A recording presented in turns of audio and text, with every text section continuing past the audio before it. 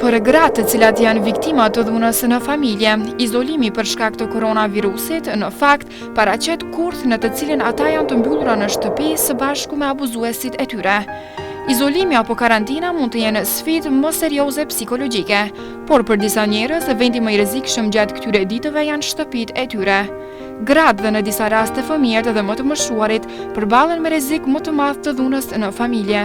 Për këtë arsye, duhet i kushtohet vëmendje e veçantë këtij problemi në këtë kohë.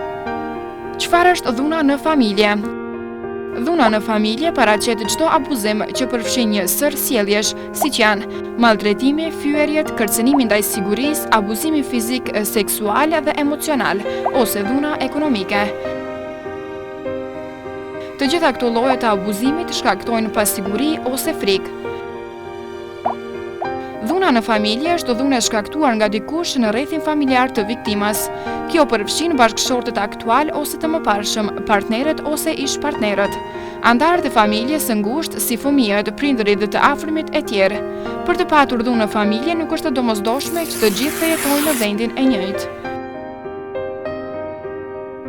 Dhuna në familje mund të shfaqet në shumë forma si dhuna psikologjike, dhuna fizike, dhuna seksuale dhe dhuna ekonomike.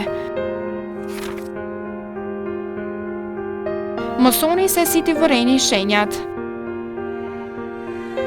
Në rast se jeni viktim e dhunës në familje, ju keni të drejtë të kërkoni ndihmë, mbështetje dhe mbrojtje. Zyrtarët në qendrat e mirëqenie sociale ose policia janë të obliguar t'ju informojnë mbi të drejtat tuaja, t'ju shpjegojnë masat mbrojtëse të përcaktuara me ligj dhe t'ju informojnë se çfarë mund të bëni për ta mbrojtur veten. Disa nga masat për ndihmë që i keni në dispozicion janë akomodimi, kujdesi shëndetësor, kujdesi psikologjik dhe mbrojtja sociale, mbrojtja dhe përfaqësimi ligjor. Nëse është e nevojshme, paraqitja e kërkesës në gjykat për caktimin e një mase të përkohshme të mbrojtjes dhe masa të tjera të nevojshme për zgjidhjen e problemit. Askush nuk duhet të jetë viktimë e dhunës, veçanërisht jo në këtë situatë krize. Ku dhe nga kush të kërkoni ndihmë?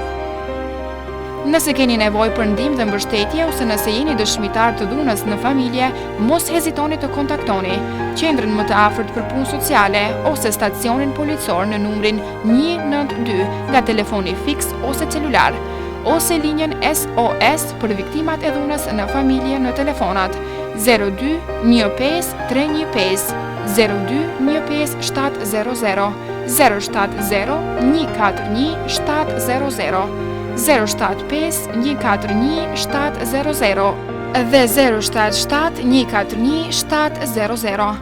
Në rast rreziku, viktima mund të dalë nga shtëpia dhe të kërkojë ndihmë edhe gjatë kohës kur kufizimi i lëvizjes apo ora policore është në fuqi.